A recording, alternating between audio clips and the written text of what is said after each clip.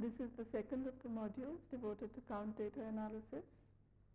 We have seen that in addition to binary data, count data is one of the fundamental types of discrete data for which we need to develop a separate class of regression models. In the previous module, we have seen the Loglinear model, which is the standard model for Poisson variables. In this, we will do a quick recap of the Loglinear model, look at the underlying assumptions which lead to the Poisson distribution, and see that some of them can be quite restrictive. In particular, we will be concerned with the assumption that the mean and the variances are assumed to be equal for the Poisson distribution. Now, of course, it is not necessary that for any count series that the mean and the variance will always be equal. When this does not hold, we have a situation of what is called overdispersion or underdispersion. We shall see some examples of why this occurs, and although in this module we will not go into the mathematics of it, we will also see an application of the remedy for this situation, which is fitting something called quasi-likelihood estimation. Finally, we shall see that there is a connection in the situation where we have a multinomial response and the Poisson Loglinear model. The learning objectives for this module. We will first mention the Loglinear model, which is the standard model, as you know, for count data. We will look next at the underlying assumptions of the standard model and see that they can often be restrictive. We shall look in more detail at the situation of overdispersion, and finally we will see that there is a connection between the Loglinear and the multinomial response model. The Poisson Loglinear model. As you know, this is the standard model used to model count data, and a very good reason for this is that when you have a Poisson situation, if you write out the likelihood, you will see that the canonical link for the Poisson family of distributions is the log link.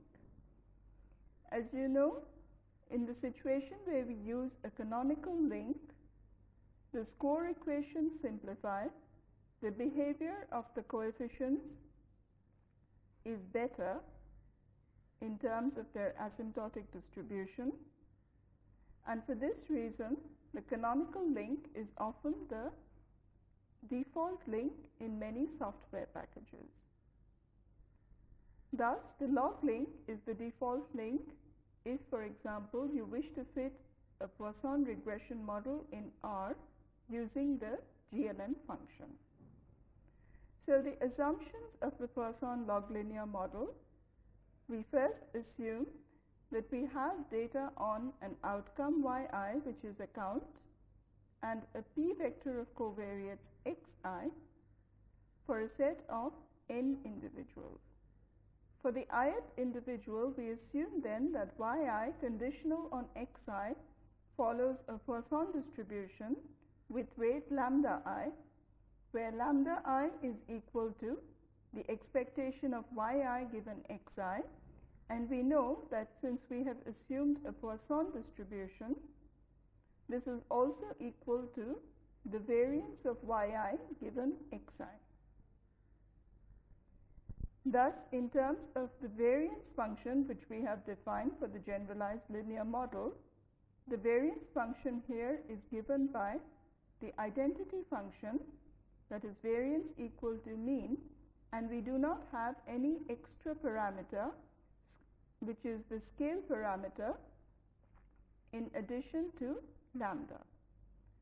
However, since we have a regression situation, our purpose is to relate yi to certain covariates xi, and we do this by using the log link, which says that log of lambda I is a linear function of the p covariates.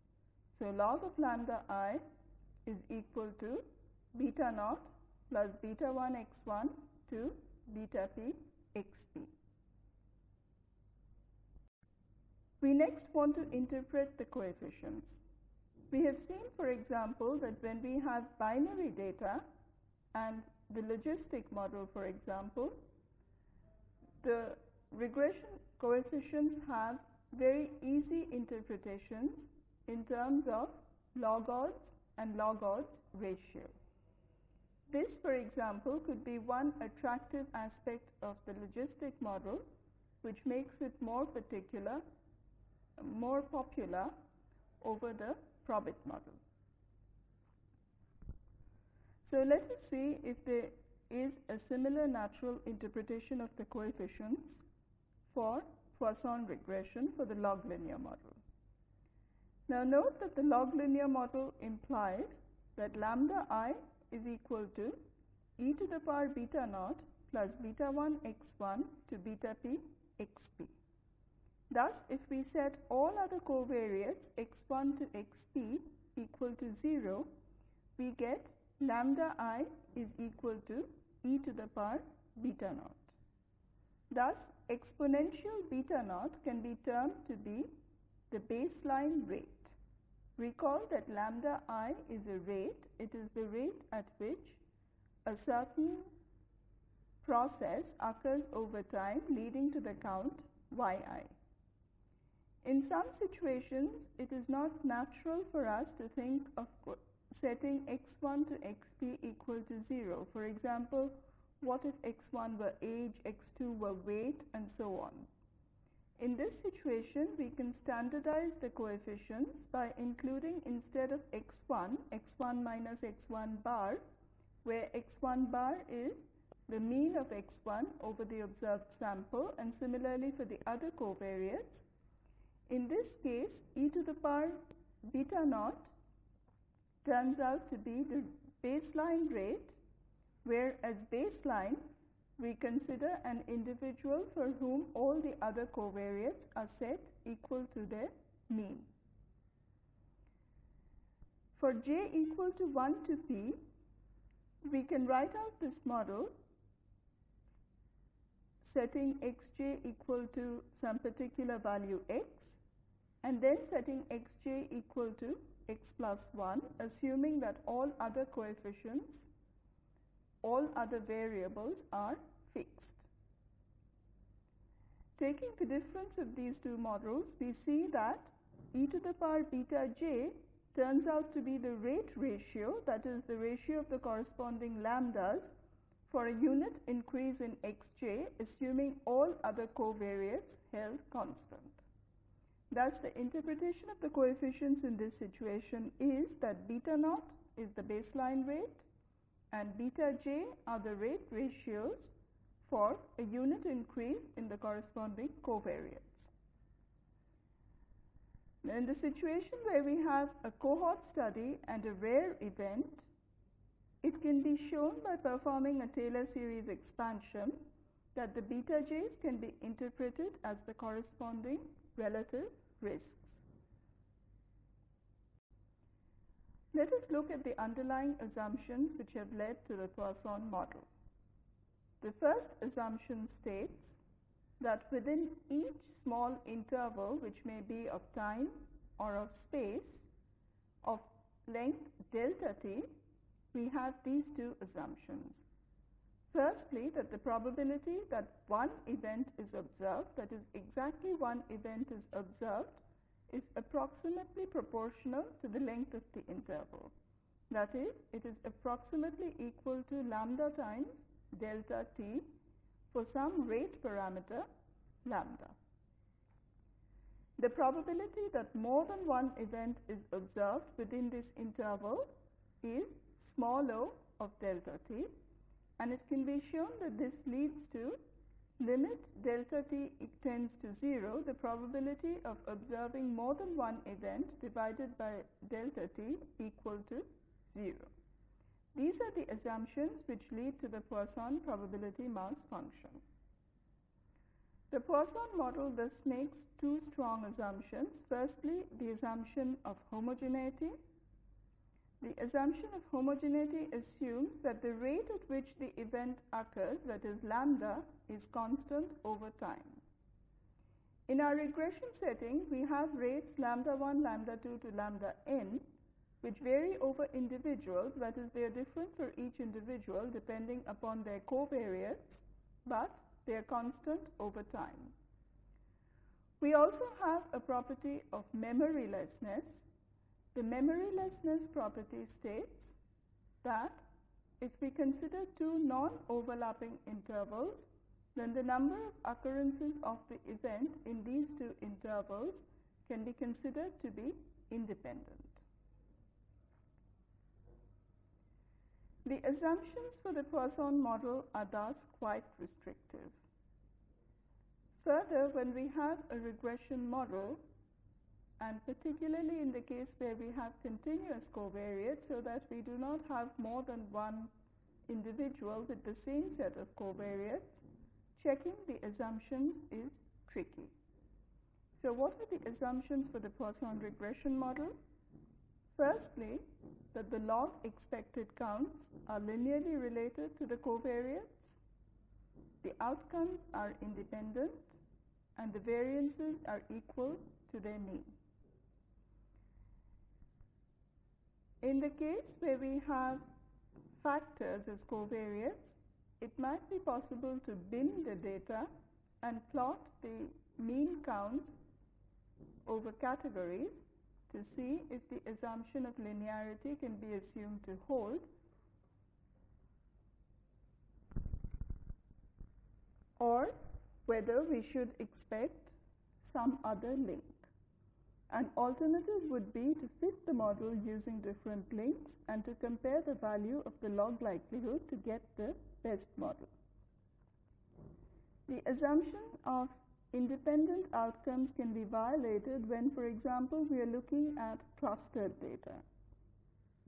So, for example, we might be looking at, say, a certain blood count, but rather than taking random observations from the entire population, we first select a number of families and then look at a subset of individuals within each family. In this case, as members of the same family share the same genetic makeup, it might not be reasonable to assume that the data are independent. One way around this is to use something called a mixed model, and we shall look at the details of this in a forthcoming module. The third assumption is that the variances are equal to the mean, and this is the assumption which we shall explore in more detail in this module. So, overdispersion.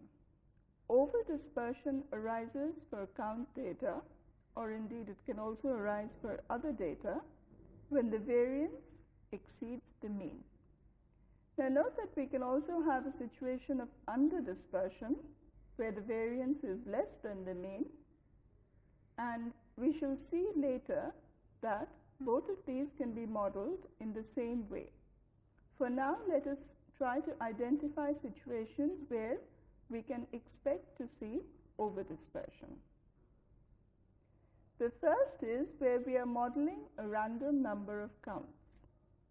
So let us assume that Z1, Z2 to Z capital N are all counts, and we are looking at their sum y equal to Z1 plus Z2 plus Zn.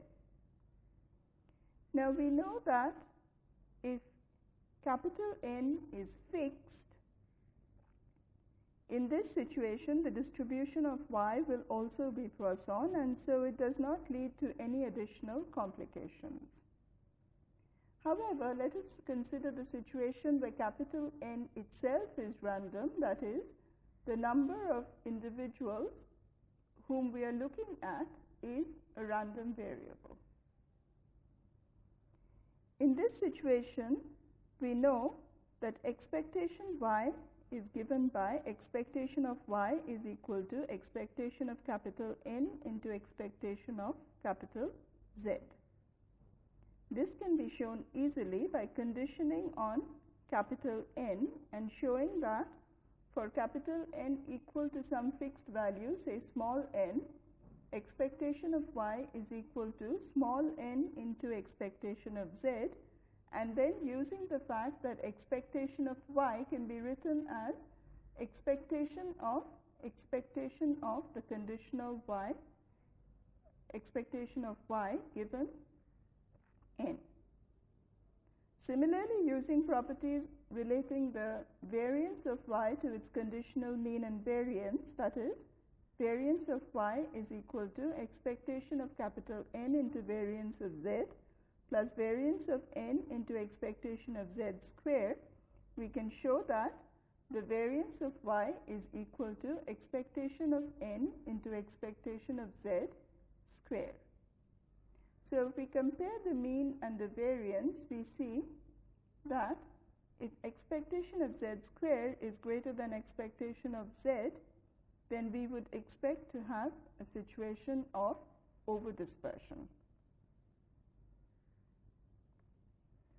A second situation where overdispersion could arise is when we are modeling inter-subject variability. So let us assume that we are looking at some outcome y which is distributed as Poisson with the rate parameter equal to z. But z, instead of being constant over the population, itself has a distribution which we shall assume is given by the gamma distribution. In this case, again, by using the properties of conditional expectation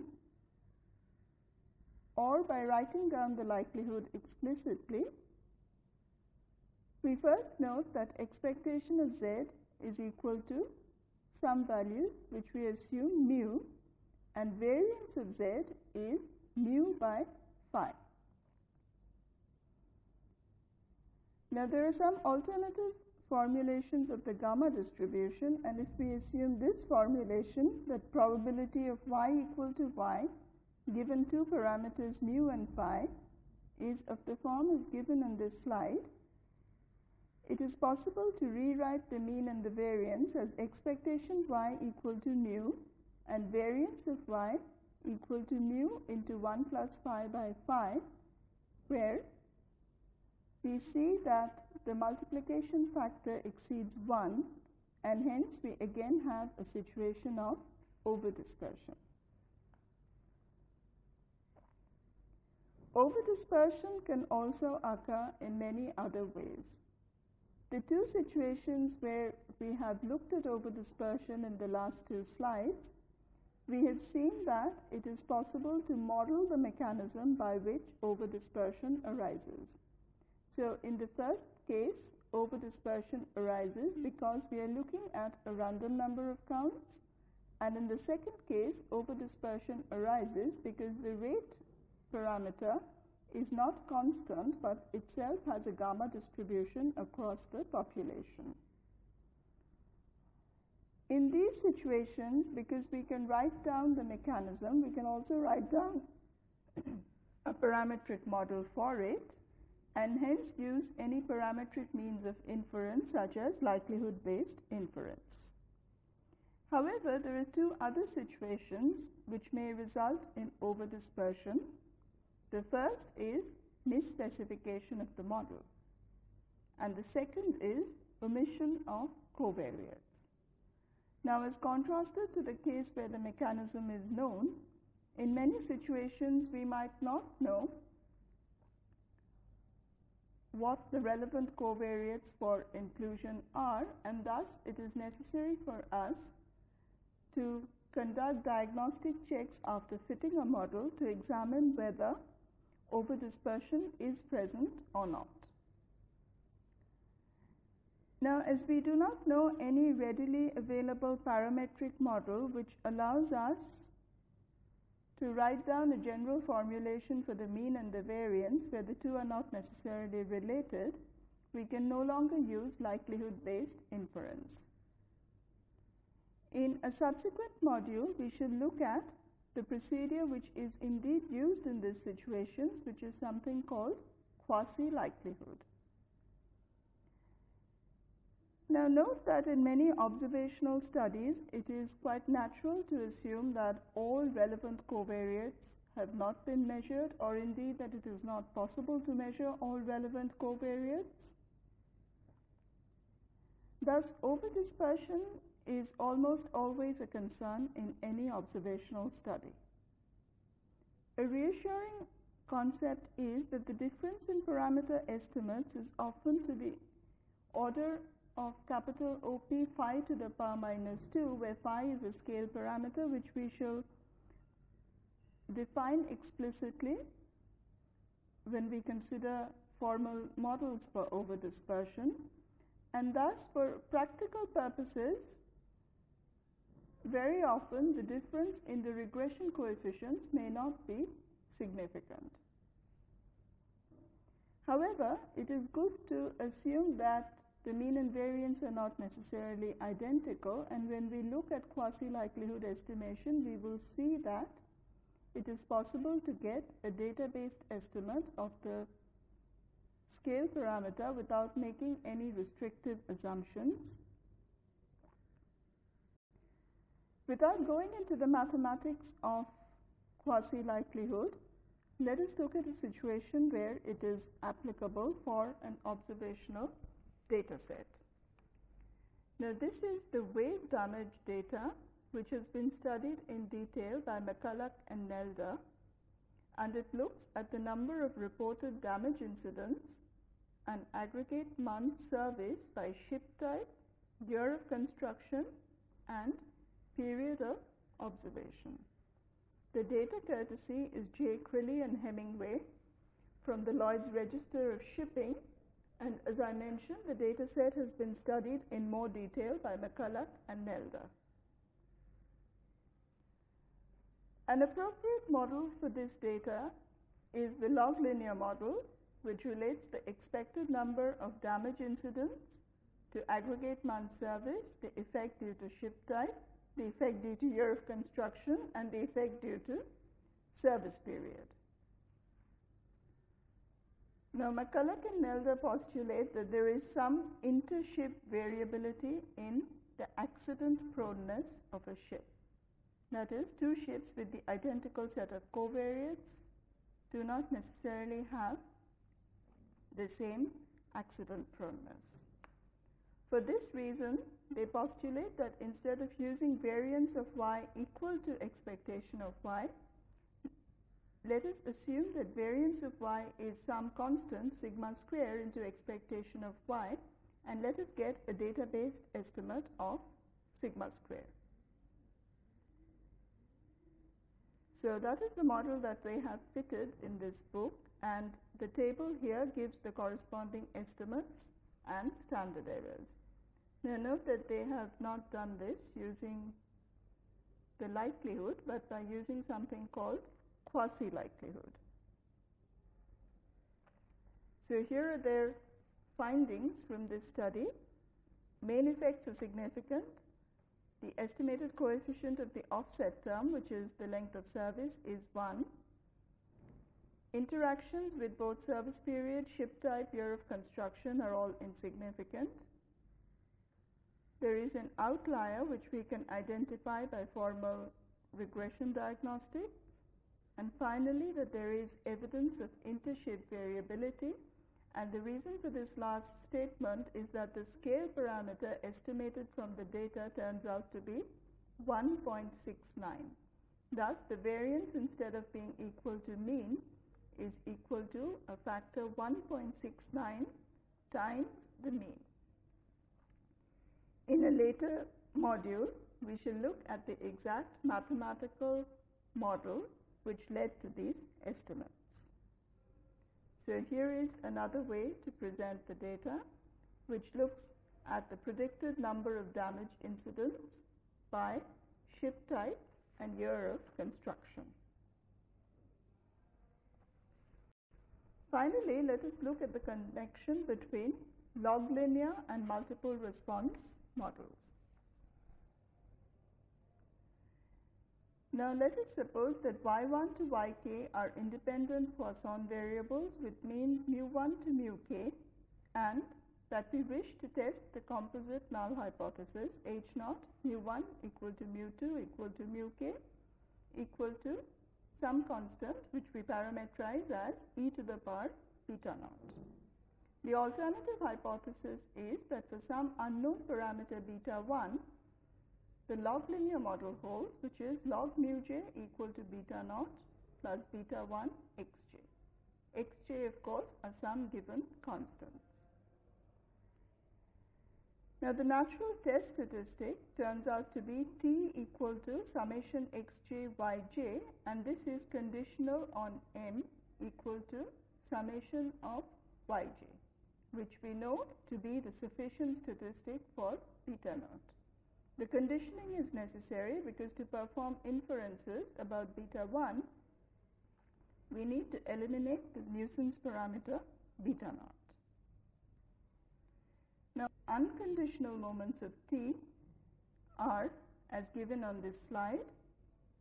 Expectation of t is approximately of the form summation xj y naught by k, and variance of t is approximately summation xj square y naught by k.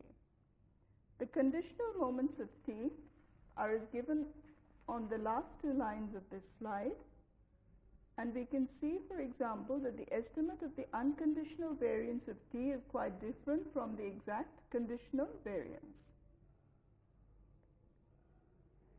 Note that t can be regarded as the total of the random sample of size n with replacement from the finite population x1 to xk. Under h0, the k values are selected with equal probability. Under h0, the probabilities are exponentially weighted in favor of the larger x's if beta 1 is 0 and vice versa. The Poisson log likelihood function for beta naught beta 1 in this problem is given by Ly beta naught beta 1 equal to beta naught summation yj plus beta 1 summation xj yj minus summation exponential beta naught plus beta 1 xj. If we make a parameter transformation tau equal to summation exponential beta naught plus beta 1 xj, the log likelihood for tau beta 1 is as given on the third line of this slide, and this can be written as the sum of two terms. The first term is the Poisson log likelihood for tau based on m. The second component is the multinomial log likelihood for beta based on the conditional distribution of y1 to yk given y0 equal to m, which follows multinomial with parameters m and pi. Pi j being equal to e to the power beta 1 xj by summation exponential beta 1 xk. The important point here is that the marginal likelihood based on y0 depends only on tau, whereas the conditional likelihood given y0 depends only on beta. Now, if there is no information available concerning the value of beta naught and hence of tau, we must conclude that all of the information about beta 1 is given by the conditional likelihood given y0. In this module, we have looked at some alternative models for count data analysis. The standard model, as you know, is the log-linear model, but there are some situations in which the standard log-linear model does not give a good fit. In this module, we have revisited the concept of the mean and the variance being equal and seeing how violations of this assumption can occur. We have touched upon something called quasi-likelihood estimation through an example. And finally, we have also seen that there is a connection between the Poisson log-linear model and the case of multinomial responses. In a future module, we will look at more details of the quasi-likelihood estimation procedure, which is used in situations where we have count data where the mean and the variance are not necessarily equal.